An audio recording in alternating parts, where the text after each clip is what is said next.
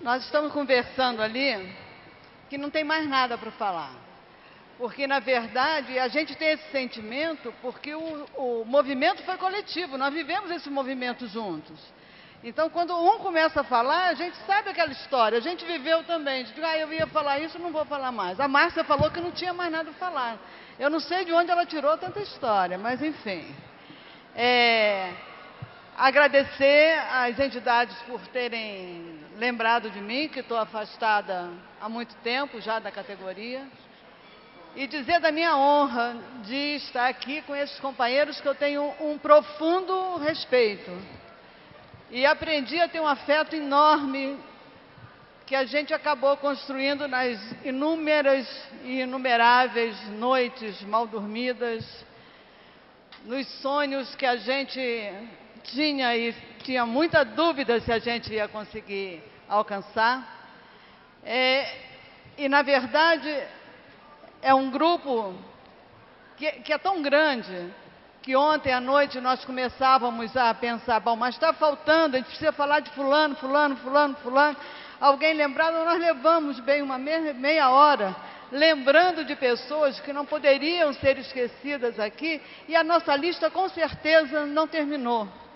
Porque o movimento, e isso já está sendo dito aqui, mas eu quero reforçar, o movimento foi um movimento absolutamente coletivo. Não houve em nenhum momento algum grupo que determinasse alguma coisa. Havia, sim, uma direção política clara. Essa direção, ela se reunia e discutia. Mas essas reuniões eram tão amplas e tão discutidas e rediscutidas que você não poderia nunca dizer que aquilo veio apenas de um grupo restrito. Eu, quando comecei a fazer aquele trabalho, ali existem exatamente todos os nomes que estiveram presentes no Congresso, que eu recortei um por um dos anais e fui colando.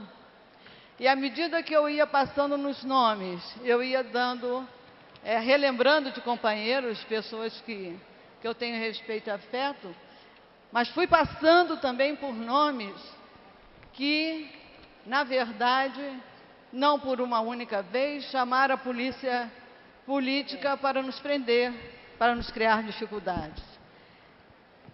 Naquele painel tem todos. O grupo que fez a virada e o grupo que se manteve, talvez em silêncio em algum momento, mas como resistência durante os anos que se passaram. Nada foi, depois que o Congresso foi realizado e que esse rastilho se espalhou pelo país, e nós não tínhamos nem internet, nem celular, as pessoas tiveram que voltar para as suas cidades e contar o que foi. Nós tivemos, durante anos, obstáculos no interior da categoria, sendo paulatina e constantemente superados. Houve uma luta árdua e difícil.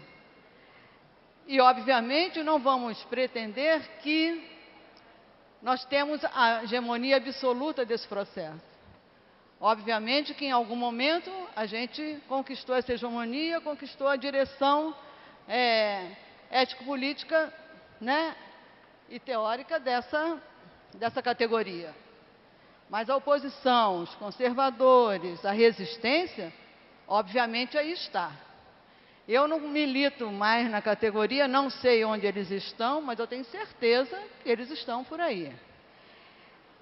Eu estou falando isso porque foi tão difícil superar ponto por ponto, que essa nova geração que está vindo, eu estou vendo que é a grande maioria desse plenário, com certeza vai se deparar com essas posições, ou se já não está se deparando com elas.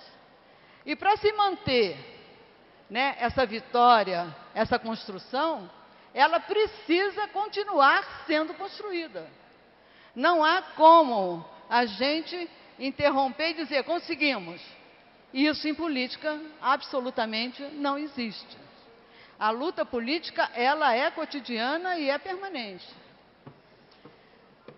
A Josefa tem um coração grande Estou falando de você.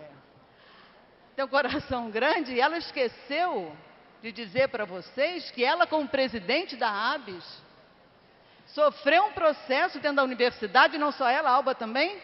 A diretoria da ABS sofreu um processo onde eles tentavam expulsar da Federal do Maranhão elas que eram concursadas, porque elas lideravam a ABS naquele momento, lideravam um novo projeto de categoria. Ela, como tem um coração grande, não falou, mas eu falo. Porque a resistência ao projeto que a gente encaminhou, ela era palpável, ela era cotidiana, ela era forte. Quando o Congresso aplaude as falas que vêm, já de alguma forma organizadas pelo movimento sindical, pela criação das CNEAs, esse Congresso, ele explode e ele solta a proposta para o país todo, mas ele não solidifica a proposta.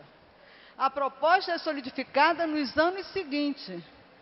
Formação por formação de APA, formação por formação de sindicato, formação de chapas de oposição aos CRAs, formação de chapa de oposição ao CEFES, eleição das diretorias das unidades de ensino,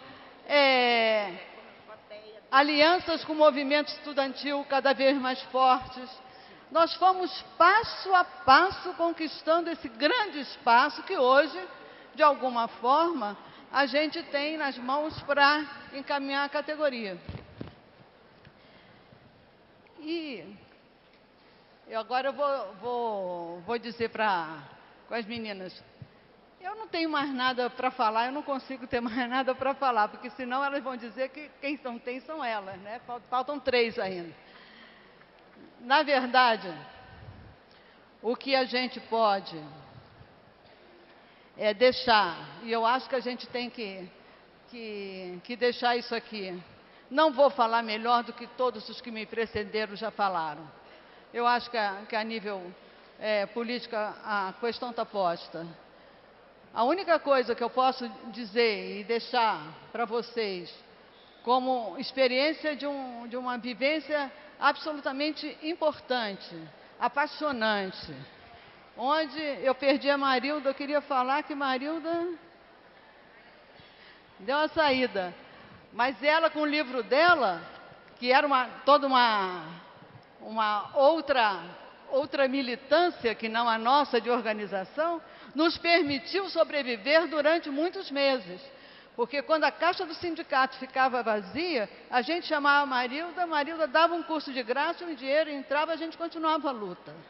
Então, a gente tem uma rede, e isso a gente conseguiu criar, uma rede diferenciada, uma rede nacional, que quando a gente chega no 4º Congresso, 3 anos depois, a gente tinha o Brasil inteiro, inclusive os territórios organizados.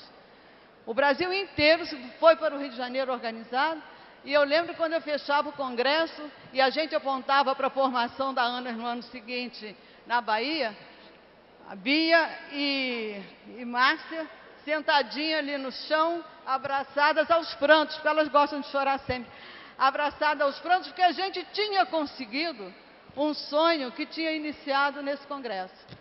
É o que eu tenho a dizer, e eu espero que esse conjunto de coisas, né, conjunto de pessoas, ele possa realmente ter, como a Irundina falou, ter uma vida e ter um fôlego que nos leve para mais 30 anos.